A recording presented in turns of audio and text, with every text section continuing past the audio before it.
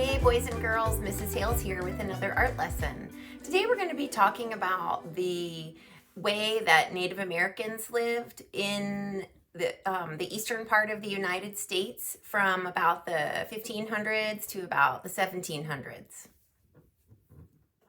Native Americans that lived on the east coast of the United States are called Eastern Woodlands Indians. These native peoples hunted, fished, gathered, and gardened for their food. They spoke Iroquois or Algonquin languages, and they lived off the land, using trees and clay from riverbeds, seashells, and all the parts of the animals that they hunted for their survival. Eastern Woodlands Indians traded amongst themselves, and they grew corn, beans, and squash. As many as 4 families would live in a longhouse. Longhouses were constructed of wooden poles and branches, and they were covered in bark to make them waterproof. Houses were usually between 40 and 60 feet long and took lots of people working together to construct. In a few cases, Eastern Woodlands people lived in wigwams, which were constructed a different shape, but out of the same materials, bark and tree saplings or branches. Wigwams were smaller houses for individual families. Sometimes communities of Eastern Woodlands Indians would live together, and sometimes they would even have a fence around their communities or their villages.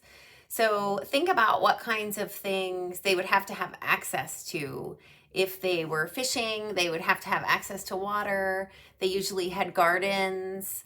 They had abundant wildlife around them, often close to forests. So if you were going to create your own kind of reenactment of an Eastern Woodland Indian village, think about some things that you would put in your village. I wanted to share this short video with you that I found about Werowocomoco, which is on the York River, which is in Virginia. So here some people from the conservation group and some archaeologists are explaining to you the importance of this site called Werowocomoco, where Chief Powhatan lived. This video was recently made, and there are archaeologists there at Werowocomoco today studying and trying to understand how the Native Americans lived. They were looking for it, and they found it. There's a historic gravity to the place. This was a place where religious ceremonies had been held for thousands of years. It took those moments where somebody said, look, do you realize where you're digging? This is a part of American history. There's just this weight of history that you feel.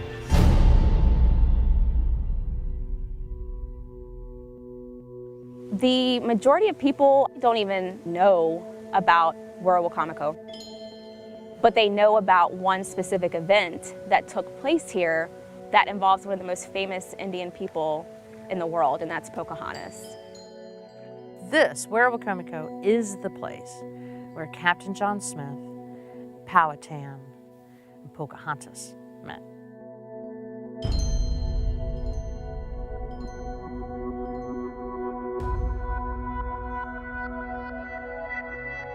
For years and years, people thought the site was lost.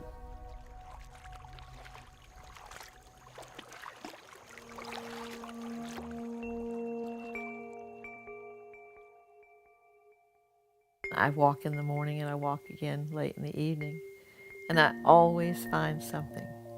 I still get just as excited when I find something as I did at first.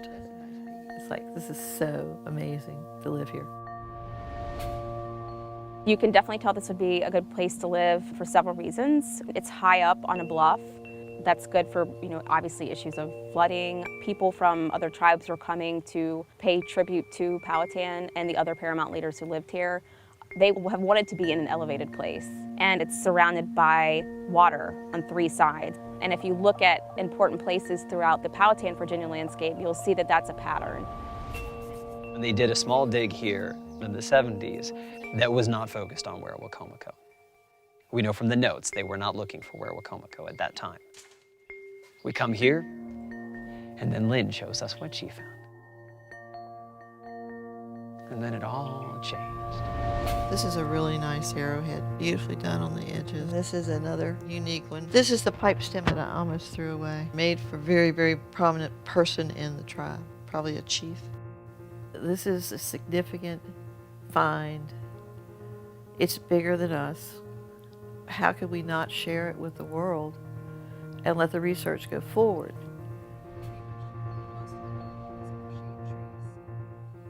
To have Werowocomico and to be able to look under the soil, it's so unusual because oftentimes that activity has been paved over or, there's a suburban development sitting on it.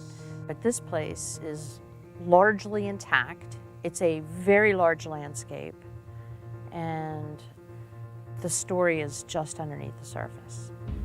You get with the archaeologists and they begin to tell you this is where Chief Powhatan's house was, and we believe a temple was here, and in this field there's where they planted corn. I mean, you're just blown away, and you begin to feel it, you begin to see it. So for your project, you can draw Werowocomico, or you can invent your own Indian village.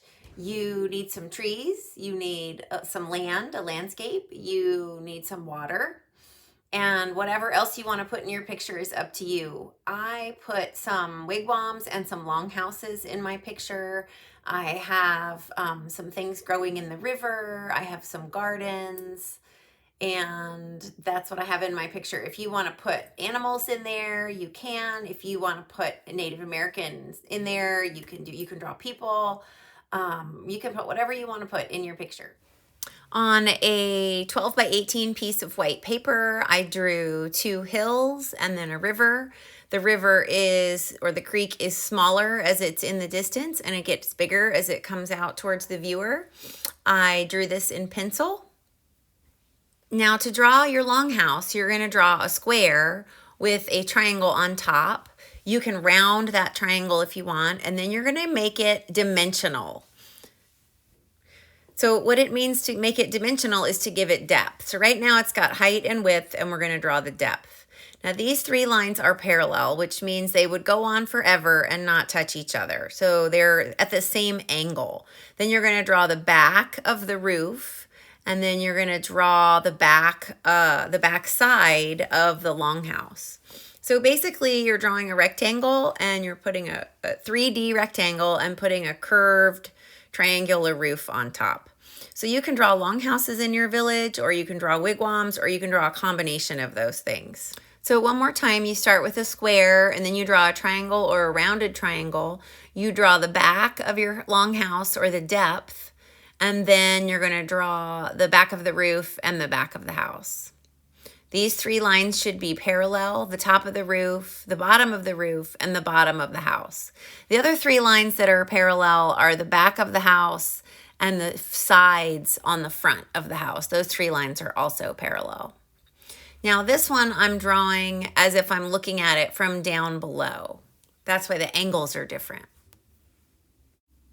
Now here I'm going to draw my garden. I'm going to put corns, bean, and squash in my garden, but you can certainly put whatever vegetables you want to put in your garden. You could even draw some fish or canoe in your river if you wanted to. So the roofs were made out of grasses and reeds that covered logs. And then the side of the houses were made out of bark. So if you wanted to give your drawing some texture, you could draw the bark and the logs and that made up the houses. So your goal today is to get everything drawn and gone over with Sharpie if you want to do that.